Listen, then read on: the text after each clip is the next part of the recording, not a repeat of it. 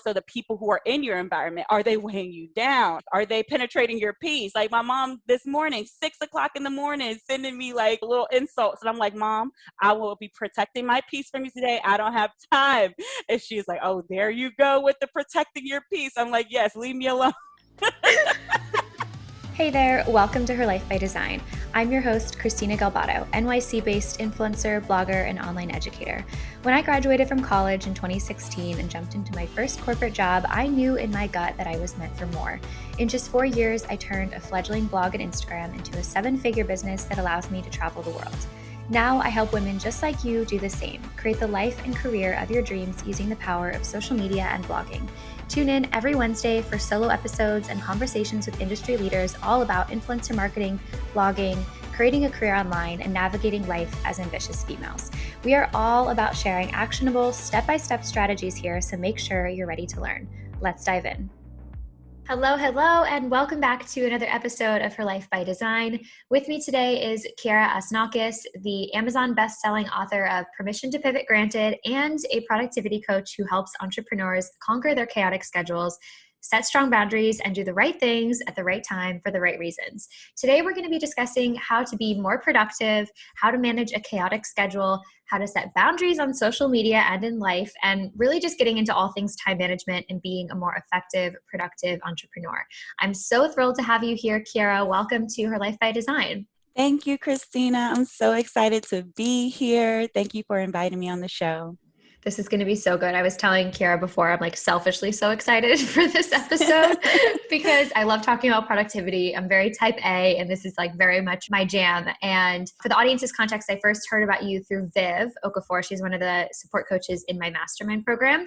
And she tagged you in a story, and I was like looking at your page, binging your content, and your bio is one of my favorite bios of all time. It's, if you have a chaotic schedule, non-existent boundaries, and crave more self-care, I'm your girl. And I was like, okay, yeah, this is kind of me, like non-existent boundaries. This is great. Me to a certain extent, but more importantly, I know so many people in my audience want to improve their boundaries and time management skills to just be a better business leader. So I knew I needed to have you on the show. So excited. Okay, so I am just going to start off before we get into your story. I'm curious what your like morning and nighttime routine is, because I feel like as a productivity coach, you probably have a very good setup going on. So let's get like specific. I do, but I will preface this by saying that my morning and evening routine evolves with me. As I evolve, the routines evolve. And so I end up assessing and changing them quarterly, sometimes monthly, just depending on what my focus is for that season of my business and my life. And so I will say that currently I'm sticking really close to my great morning routine. I call it the great morning routine. And you're going to see that I love acronyms. I love using acronyms to teach people things. So with that, the G stands for gratitude. So I always wake up and the first thing I like to do is just express gratitude to God, pray, and say all of the things that I'm grateful for that I already have, and the things that I'm grateful for that have yet to come to fruition. Because I think that's important too, to just be thankful for the things you know and have faith are going to come to fruition. And so I start there to really lay a firm foundation. And then I do some reading. This morning, I was reading like one of 4 books that I'm currently reading this month. So I go on to that. And then the E stands for exercise. I like to move my body. It's something very quick. I don't spend an hour in the gym in the morning because I don't want to be drained. But once I get my body moving, I immediately tackle my first needle moving task. Okay. Because I like to tackle my needle moving task before the world has waken up and decided they want to infringe on my your space, on my time, right? Like everybody's going to start telling me what their emergencies are, and then I got to go put out fires. So I make sure I get the first needle moving task done. And then I go into what I like to call the activate boss mode. It's like when I'm doing all of my skincare routine, I'm looking at my affirmations that are on my my mirror and I'm just reciting, like, I am here, I am ready, I am called, it is my time. I really like to get myself pumped up in the morning. So I always recite those bold affirmations, or I listen to Fearless Motivation on Spotify. If you guys know that playlist, it is the bomb. Listen to it while you're in the shower. And then the last thing I like to do is I like to talk to one person who brings me joy, and that's my husband. And so sometimes we just have coffee and we have a little chat about what we're going to do for the day. And literally that has been a really great morning routine, and no pun intended, a really great morning routine for the season that I'm in right now. So yeah, and then my evening routine is called the easy evening. Again, but like the easy evening. So E stands for, evaluate your effort. And so for me, what that looks like is I'm asking myself, did I give this day what I said I was going to give it? Did I actually complete the needle moving task that I set for myself the night before, right? Because that's another thing that I like to do in the evening is write out the 1 to 3 things that I want to accomplish the next day, right? So I evaluate whether I've done that or not, and then I set up the list for the next day. And so the A stands for abandon the day's ambitions. That means at a certain time, I'm done. Like it's over. Unless it's like launch mode or something, I usually stick to this. And then the S stands for serve yourself on a silver platter. So what I like to do is either grab a glass of wine and smoke a cigar with my husband on the balcony, or he'll run me a bath and I'll just chill and listen to Kalani radio. And yeah, that's like how I serve myself at night. And then Y stands for yield to the moon. So that means at a certain time, like normally for me, and don't laugh at me, but it's between 9:30 and 10, I'm out. Like I'm done. I love that. That's great. I love what you said too about like your morning routine fitting what's currently going on, because I feel like I was in this, like you hear about so many super, super productive entrepreneurs, like high performers that are like, I wake up at 4 a.m. I have my lemon water. I do my meditation. I do my yoga. I do my gratitude journal. I do my like all these things. And it's just like, if that doesn't fit where you are right now, that's okay. And you have permission to figure out what that routine might look for you in different seasons. So I really love that. I also love what you said about gratitude, not only for what you're grateful for today, but sometimes when I do like my gratitude journaling, it's like what my future self is grateful for. And I feel like that's such a good manifestation method of like, I'm grateful for this size business, blah, blah, blah. What time do you typically log off of work at? No later than 7. Set that boundary. Exactly. Because for me, I just need time to fill my cup back up after a full day. Yeah. I was talking to someone the other day about like how during quarantine, it just became such a toxic environment. I think especially for people maybe living in New York that live in small spaces where like your desk was just like a foot from your bed. And it just became so hard to figure out what the like kind of transition over time is at the end of the day. Like normally if you're walking to work, you have that walk home or you have the drive home or whatever. But now it's like, how do I create that delineation for myself? So that's been really important for me too. Is usually for me, it's, I try for like 5 or 6, just depending on what's going on. 5 or 6, I'm like computer shut, go on a walk, go make dinner, like stop working. Exactly. And you can set up a trigger for yourself. So that's what I would do. Like before, like I would say last season of my business, it was 6 p.m. But the trigger was an actual alarm on my phone that said, stop. Yeah. Stop what you're doing. Stop Like what you're take a chill doing. pill. Yes. Evaluate your effort. Yeah, exactly. And I also think the other thing that you pointed to also is sort of like switching into this like more feminine mode, because I feel like as entrepreneurs, we're always kind of like in our quote unquote masculine all day of leading a team, like showing up as a leader, all of these things that like are typically perceived as being masculine. That's important to switch over at night to like taking care of yourself, being taken care of by your partner, like doing these things that make you feel good and in flow. Yeah, I rebuke all like stereotypes about what's proper for a woman to do versus a man to do. My husband just got done folding all of the clothes because he knows I'm working this morning and I can't like focus on those. He's so good. And so I don't even have to ask. He just sees what needs to be done. And if I'm working, he just does it without expecting anything in return. And that's why I love that man. I experienced that in my relationship too, as well, in terms of like sometimes roles are shifting. And I think that's just absolutely amazing. So, okay, let's back it up a little bit. What is a productivity coach and how did you become one?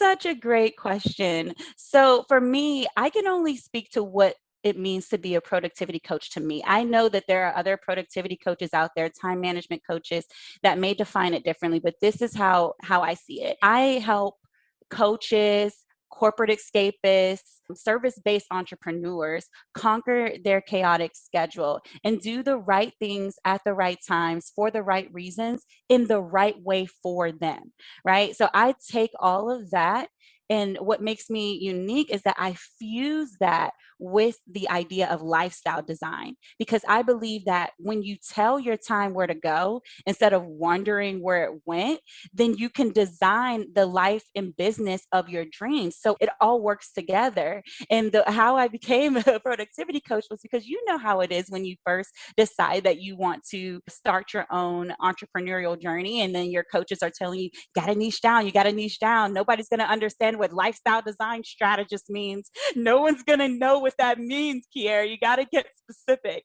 And so I'm like dying every single month being told to niche down even further. And I didn't know what that meant until my mastermind sisters were like, Kiera, they started using my name as a verb. Like, my word of the month is Kiera. I'm going to Kiera everything about it, meaning be more productive. And I'm like, oh, that's what I'm known for. Because clearly that's what they see me as, this person who's very productive. And so that's how I was able to really hone in on that productivity side.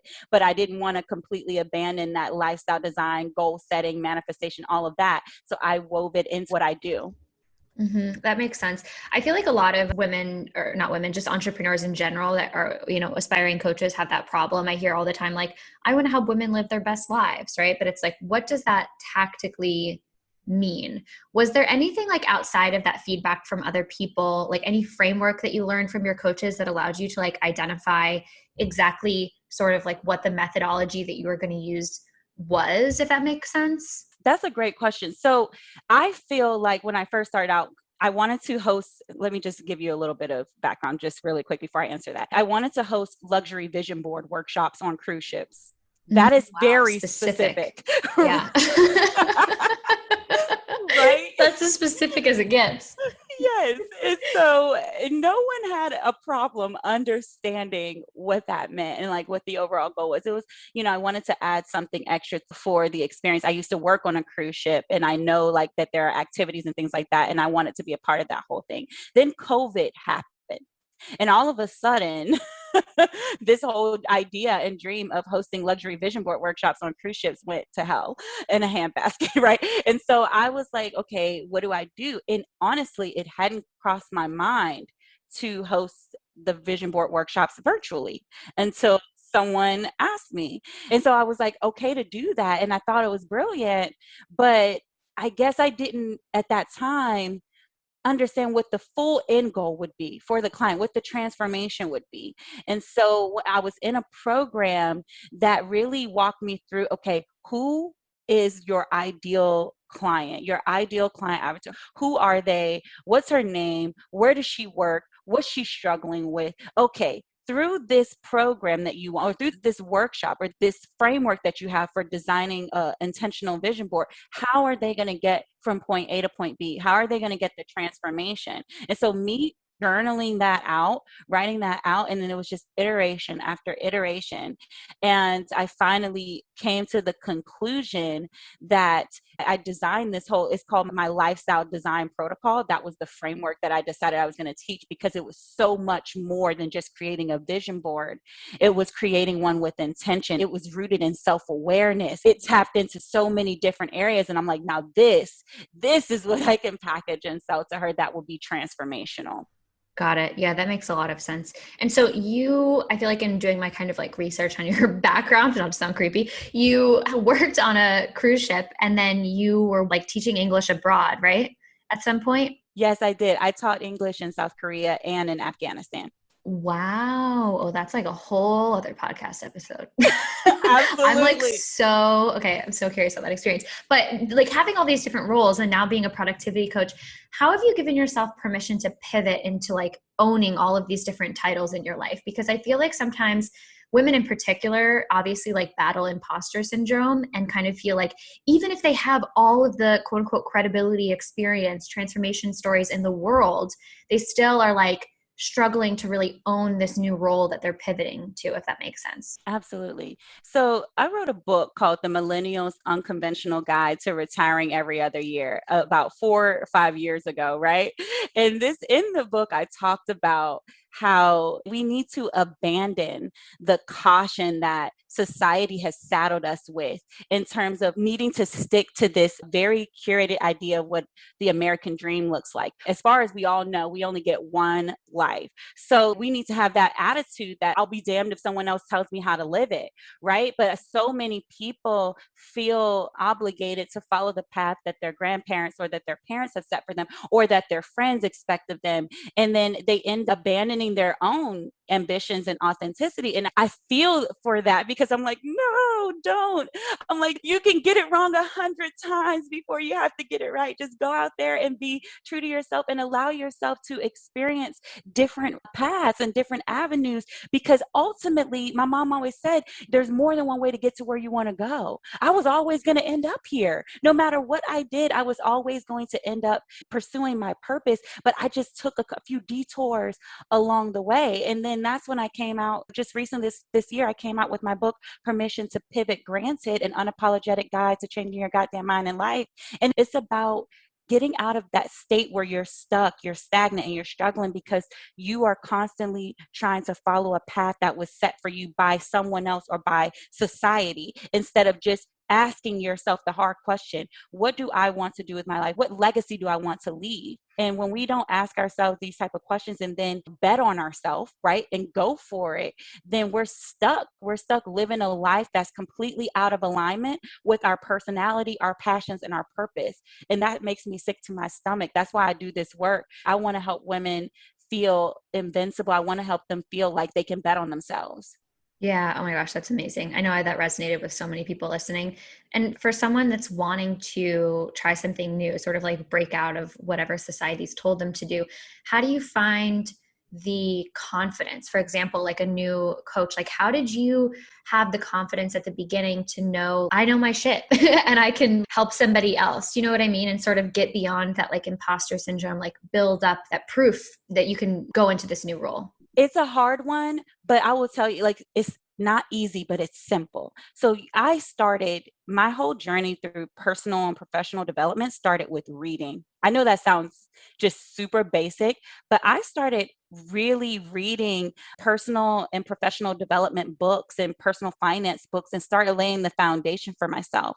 And then in terms of the confidence portion of your question, I feel like confidence is really rooted in the promises we keep to ourselves. The more promises we keep, the more confident we are. So as I was making decisions throughout my life in terms of like, okay, I'm going to do this next, I'm going to work here, I took the necessary steps to get there and I kept that promise to myself, right? And so I felt a little bit more empowered. And then I started realizing, hey, this story is pretty awesome. People are telling me that it's awesome, and people are telling me that they wish that they could live a life like this. And I'm telling them, girl, you can, you got it way better than I had it when I started out. You can totally do this. But they needed a blueprint. So I took my experiences and I created a framework out of my own experiences. And I think that's where you get the idea to go out on your own and feel confident about what you can teach. You can teach it because it happened to you and you came up out of it. And if you can do it and get yourself through it, then you have to be confident that you can get someone else through it as well. You know, and all it takes is just that one person, right, to believe in you and for you to get the transformation for that person. And then they suggest you to the next person and the next. It starts to unfold from there, but you got to be willing to bet on yourself and you got to believe in your experiences enough too. Yeah, absolutely. And I feel like it's kind of that point of like the confidence isn't going to come out of nowhere, but you have to like, it's all about building up that evidence for yourself that you can do all of these tiny little things that you didn't ever think that you'd be able to do. And based on the fact that you achieved those and faced your fears head on, you can do this next big scary thing. So it's proving a point to yourself, but it does, like you said, it requires taking that first step and putting yourself in a place where you're actually taking a chance on yourself. So I love that. Okay. So let's get into Conquer. You're making me want to acronym my entire life, like everything that I do in my life. So Conquer is your signature process to managing a chaotic schedule without sacrificing self-care, which I love. Let's walk everybody listening through Conquer. Yeah, it's called Conquer Your Chaos Blueprint. And yeah, girl, I'm an instructor, right? Like that's like that was what I did before I went. So I always use frameworks and stuff like that to teach things. So the C in the Conquer method stands for customize your routines. And this goes back to what we talked about, not feeling the pressure to adopt the routines of famous people and other successful people, right? Because you don't have their team, you don't have their exact lifestyle, like you don't have their same interests. And so it's really important to customize your morning routines, your evening routines, your daily routines to fit you, your lifestyle, what fills you up. And so I go in and talk to people about how they can customize their routines to fit their overall personality, right? And then the O in the Conquer method stands for overcome your overwhelm. So I love this one. And really, obliterating your overwhelm is all about establishing boundaries, right? People don't realize that the source of their overwhelm is usually just a lack of boundaries, non existent boundaries. And when you don't have boundaries with your spouse, your colleagues, your family, your kids, your social media, yourself, even your clients, that's where the overwhelm is going to come from. So I teach people how to set those boundaries. Okay. And then the N in Conquer stands for narrow your focus. So this is like one of my favorites because I like to get deep into talking about what's your zone of genius? What are the tasks that only you can do in your business? I call it the needle moving task versus the shallow task. The needle moving task being those tasks that you cannot delegate, automate, delete, or defer. You actually have to be the one to do them, right? And then the shallow task being the task that you can delegate to someone else, right? Or automate them using some sort of software AI, or you can defer them for a later date or delete them if they're no longer relevant for the season that you're currently in. So it's all about the step 3, the N, narrow your focus, is all about assessing what you have going on, because a lot of people are busy but they're not productive. And then the Q is quit prioritizing the shallow task, right? So a lot of us, we do this thing called productive procrastination, right? And Oh my gosh, email is the biggest. Yeah. It's like after a whole day, when you go to evaluate your efforts, you're like, what did I do? Oh, I sat there and answered emails all I day. refresh my inbox all day. Yeah, when half of those emails could have waited another 24 hours to be responded to because they weren't really urgent, right? And so we have to quit prioritizing those shallow tasks, because oftentimes they're taken away from the energy we could be using to actually do the zone of genius work, the needle moving task. And so that's the Q. And then the U in Conquer is up level your systems, right? So up leveling your systems, that's all about establishing the right systems for your business. Which apps are you going to use to move the needle forward? What resources can you tap into to make your life easier? I always like to analyze my business. I'm like, what do I do all the time, every single day, that's like the same, in the same way? There has to be a way to automate this in some way. And then I discovered Coach Accountable, and I was like, oh my God, I love whoever created this. And that's like that's the software that I use to host my one-on-one coaching clients. And so I'm like, I found a system, right, that works for me. And this is not sponsored. They don't pay me. I'm just telling you guys what I use. But like, it's different things like that you can identify that make your life easier, you know? So figure out what that is. You don't have to do things the same way everybody else does them. And then the E in Conquer is to elevate your environment. And I call it elevate and evaluate your environment, because oftentimes the thing that's holding us back is our chaotic environment, right? We got a dirty office that we just can't stand. Or like you said, your desk is 1 foot away from the bed. So half the time you're trying to be productive, you're really just napping, Yep. So it's just like, and I get it too, but like sometimes we have to look at that and be like, okay, how can I get control over this situation again? What can I do to change my environment so that I can be a little bit more productive? And also elevating your environment. So the people who are in your environment, are they weighing you down? Are they penetrating your peace? Like my mom this morning, 6:00 in the morning, sending me like little insults. And I'm like, Mom, I will be protecting my peace from you today. I don't have time. And she's like, oh, there you go with the protecting your peace. I'm like, yes, leave me alone. Obviously So funny. we joke, but yeah. And then the R, the last thing in conquer is record your daily efforts, right? So this means that like, are you checking in like the most successful people? And this is according to Ed Milet, okay? And Who I I believe believe with everything. right. I believe anything this man says because he is Yes. super amazing and successful. But he says the most successful people evaluate and record their daily efforts. They make sure that they're staying on task. They track everything. So it's like, are you tracking your efforts? And I know it sounds like a lot. I know it sounds pretty intense, but it doesn't have to be, right? Like, did you or did you not complete your needle moving tasks that were on your list, whether it was one task or three tasks? Did you, like, it can be as simple as that, checking in with yourself. How far ahead did I get? It's just about checking in with yourself, tracking your habits, track, like my husband, every time I make a commitment to do something, he checks me. He's like, oh, did you do that thing? And I'm like, leave me alone. When I didn't do it, I feel convicted. But then when I did do it, I'm like, yes, I did. I have my, so it's about recording your daily effort. So that's the conquer method. Customize your routines, overcome your overwhelm, narrow your focus, quit prioritizing shallow tasks, up level your systems, elevate your environment, and record your daily efforts. That's what it's all Oh my about. gosh. I love that. Okay. I want to talk more about narrowing your focus and the shallow tasks because I think a lot of people listening are solopreneurs, or maybe they have like one or two kind of like VAs or something like that looking to outsource more. How do you identify, or how do you kind of coach your clients through identifying which tasks to outsource and what needle moving tasks actually are in their specific business? That's a really great question. So some of you can really start with the templates. I don't know if you get these, but Instagram, they're always sending like ads and stuff, Yeah. like wrecking my wallet. But Oh like my God, I get the best ads. They I had like, know. I was dying laughing because there's this new like iOS update where you can turn off tracking. And I'm like, hell no, I get the best ads.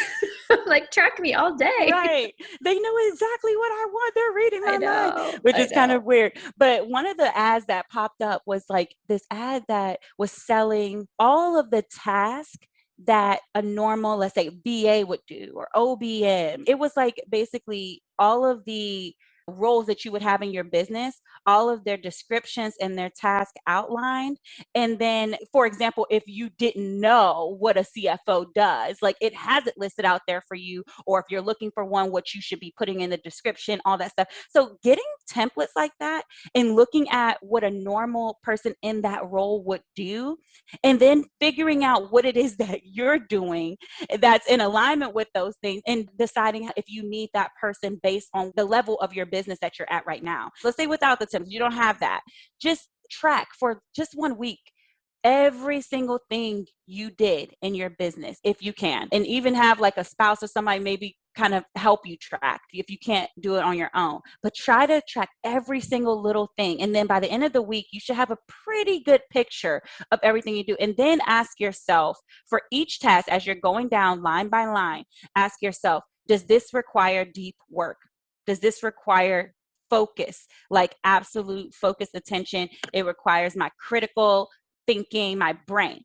And you just circle the ones that require that, right? Like, I can't give this to anybody else because this requires my specific deep focus to get it done. And then start to go down and look at the things that, like, okay, could somebody else technically do this for me? And like, it'll be their zone of genius. They'll actually enjoy it because I really don't like doing this thing. Then you circle those things, right? Can software of some kind do this task? Circle those. And then you'll come up with the things that you can be doing, the things that a software can be doing, and the things that, like, something that you can delegate to others. Like even something down to the meals. Like, it was taking me 3 hours to cook and eat a day. I literally track how much time it takes to cook and eat every single day. And so I eliminate that. I'm like, no, this can totally be outsourced. The only thing that can't be outsourced is like putting the food in my mouth. But like literally I started using Freshly, and it takes like 3 minutes for my meals to be done. And like I've reduced that time significantly. But like just things like that, figuring out how you can optimize your routines in your day to day. Yeah, no, I love that. I feel like so many people are so afraid to outsource from like, I don't know if it's maybe just from a financial perspective. I'm not sure if you like see any other mindset issues that come into play with outsourcing as well, but it's so important. Like, Absolutely. I'm like Natalie Ekdahl over here. yeah. Natalie from This Chick. She's like, I believe you should hire as much help as you can afford. Yes, Natalie, I do too. Yes. Oh my gosh. I say all the time, I'm like, if I could outsource going to the bathroom, I would. Like, I'm not gonna like outsourcing is like, yes, you're losing some money, but you're gaining your time and therefore gaining time to focus on things that are going to earn you more money. Absolutely, Queen. You got it. That's exactly it. Yeah. Outsourcing is, oh my gosh, it's everything. It's my favorite thing to do. I'm like, I hate cleaning, so I'm just going to hire someone to clean and I'm not going to feel guilty about it. And I'm glad you said that, because I was going to say the mindset that I see around it other than money is that like, oh no, like I can do it myself and I don't feel right asking someone to clean for me. Like there are people out there who are housekeepers and they absolutely love what they do. So don't diminish what they do. They're actually freeing up your time so that you can do what you love to do. You know what I mean? But I think the mindset is when we diminish the actual work just because we don't like to do it. Oh my gosh, that's so true. I run into that with myself all the time and I have to like talk myself through it in that way. But you put that into words really nicely. Let's talk about social media, because this is a huge struggle for people, is like setting boundaries with social media. Something that I noticed myself do recently that I'm becoming a lot more aware of is, I don't know if you ever do this, maybe you don't because you're the productivity queen, but like clicking through stories, other people's stories, and just like not really watching them, but just sort of like, I think social media honestly is just like it can be just like very numbing for people to like just spend so much time on social media, like looking at other people's, but like not doing it in actual like conscientious manner of like, why am I consuming this person's content? What is it adding to my life? How do you set boundaries with social media? Well, first thing, Christina, you just told on yourself. So now I know that every time you show up in my stories, you're not really watching or listening to me. You're just like scrolling aimlessly. And No, none I of get my value content from you though. I definitely watch your stories. But other people that are like on vacation, I'm just like tap, tap, tap, tap, tap, tap. Like, I feel No, like I'm I need to hire totally you. teasing. I'm totally teasing you. No, but honestly, with the story thing, I don't have this much of an issue just because I need to get better at probably looking at people's stories. I miss people's stories all the time that I actually really care about. And so I have to get better at that. But for me, it's all about conscious consumption. It's all about setting rules around how you engage with social media so that it doesn't run you, right? So if you tell yourself, hey, okay, when I get on social media today, this is how much time I'm going to spend. These are my like 7 people whose content bring me the most joy and value. I'm going to make sure before I get off of here that I engage with them. If there's enough time within the time that I've allotted myself, sure, I'll engage, I'll comment on other things, I'll scroll, but set a timer for yourself. Sometimes we got to do that in the beginning in order to like trigger habits and stuff like that. We can't just get on there because obviously social media is programmed in a way to get you, like you'll be scrolling and next thing you know 2 hours have passed. Intelligently designed, right? Like that didn't just happen. You've been bamboozled by the programmers. They know what they're doing. They know what to show you to keep you on. So you have to give yourself triggers, timers, things like that, and then go into the app with intention. So if your intention is just to post and engage, then that should be the only thing you're doing. If the intention is to engage with the people that follow you or your friends and family members, then that needs to be your intention and there needs to be a time frame with that. It's just taking control back, taking control and setting those boundaries and saying, hey, for the first hour and 20 minutes of my day, I don't look at my phone at all. I'm going to use my husband's alarm to wake me up or something like that so that you don't even get tempted to use your phone to scroll social media whenever you first wake up. It's just like setting those rules for yourself. And then at night saying, you know what, 9 o'clock, an hour before bedtime, my phone goes in the drawer. It goes on airplane mode and it goes in the drawer. Because after that, I can't help anybody. I can't be of use to anyone. If there's an emergency, I'll see it when I get up. And that just has to be that.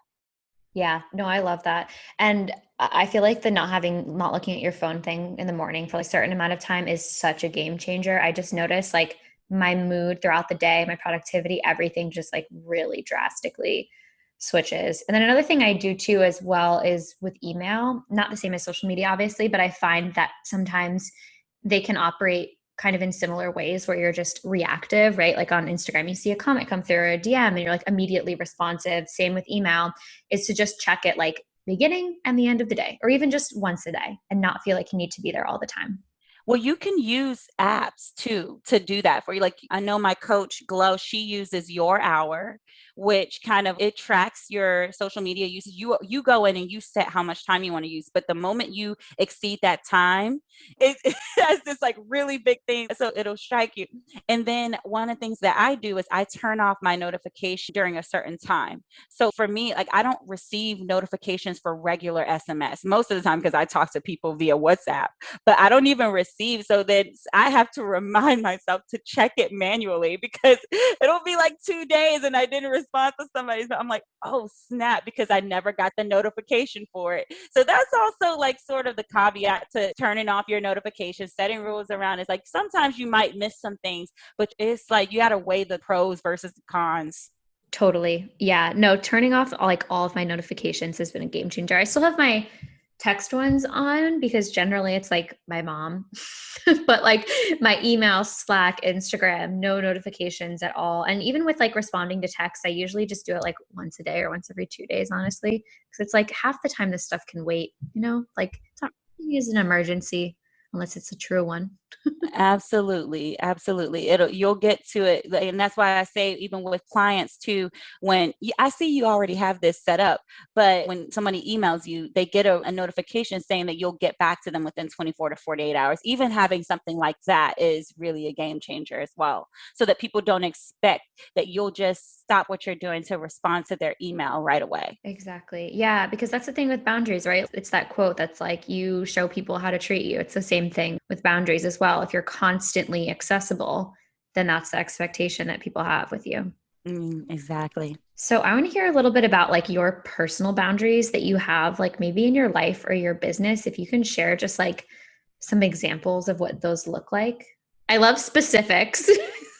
Like I love apps. I don't even like just anything specific is helpful. I'm just going to tell this one just because it's funny. And I think people will get an insight into like my personality. But last year when I had my personal assistant and she's my longtime best friend, she was working with me and my mom, because I started working full time in my business, she considered that to be, oh, well, Kiera has time, right? She's like, oh, she's not doing nothing. So after a while, I started getting so annoyed. And I was like, you know what? From now on, I'm about to have Tiki call my mom and like tell her to set up an appointment if she wants. I'm dead. I'm dead. That is so funny. My mom calls in the middle of the day while I was working. So Tanika picks up the phone and she's like, hi, Miss Sue. Kiera is in a meeting right now, but if you would like to get on her schedule, she's available from this time to this time. And she has her on speakerphone. She's like, I will slap the both of y'all. I brought her into this world. It's just so funny. So that was like my first attempt at establishing boundaries. I'm dead. Your mom's like, I want you to set boundaries, but not with me. Oh my gosh. I like low key need to do that. Sorry, mom, if you're listening. No, and I mean, my mom, she knows I talk about this stuff all the time. But after that, she really did start like respecting me more because I was like really sticking to my guns, not just with her, but she would hear it coming from my sister and my cousins. She's like, girl, Kiera told me that she's protecting her peace and that I can't call her in the morning and talk about bad news. And I'm like, these little things that I was doing, I was telling people, I don't want to talk about the news for the first half of the day. If you have something you want to share, you can share it after 6 p.m.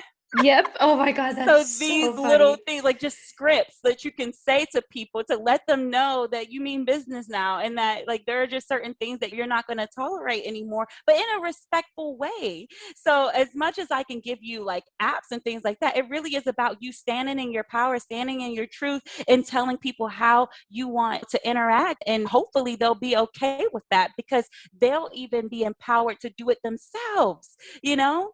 Yeah. No, that's so true. Do you like block your weeks in any specific way, like day block tasks or things like that? Like I, for example, have like a creative day. I have my like team meeting day, deep work day, like that sort of a thing. Yes, so I do theme my days. So I have like meeting Mondays. Like I love to have like all of my meetings and things like that scheduled for Mondays. And then teachable Tuesdays. I don't know why I I call them love that, but this. I it's love like this. when I You're like, create. I just imagine you organizing your week and you're like, listen, I'm not doing a task unless it matches up to the first letter. No, no. I swear I'm not this crazy about it anymore because obviously, you got to let things ebb and flow a little bit. But like just to give you some structure. So, Teachable Tuesdays is when I create like my teachable content that goes on, social media, things like that. So, content creation, all of that stuff. And then Wednesdays, when I was writing my book, that was like my writing Wednesday. So, that's when I would go dive deep into writing the chapters of my book. Right. And then, Thursdays were all about just showing up visually online, like IGTV, recording things, all that type of stuff. Fridays, I love Fridays because while other people see it as like this thing to like wind down and stuff like that, I see it as the perfect time to set yourself up for success for the next week. And so I do a lot of planning on the Fridays for the next week, for Sunday. So the things that I want to get done on Sunday. Saturdays are my non-negotiable self-care days. Okay. Like I don't book anything on there. They're already blocked off. And if I have to work Saturday, I make sure that there's an 8-hour window of uninterrupted time. So it's like a full quote unquote day of me doing only the things that fill up my cup. And then my Sundays are like for going hard on being coached or doing the coaching, things like that. So I love for, Saturdays and sometimes Thursdays to be dedicated to that, like coaching and stuff. So yeah, you can theme your days however you want to. They don't have to match in terms of alliteration or anything like that. Better You if just they have do, to, though. yes, it's kind of cool. No. It is kind of cool. Yeah. No, I love that. And I think like that kind of stuff can change too over time. I feel like when I first started my business in the first couple of years, like I worked all the time, like every day, all the time. And now I'm more like you, where I'm like, Saturdays, I'm not working. Like Sundays, I don't work at all either.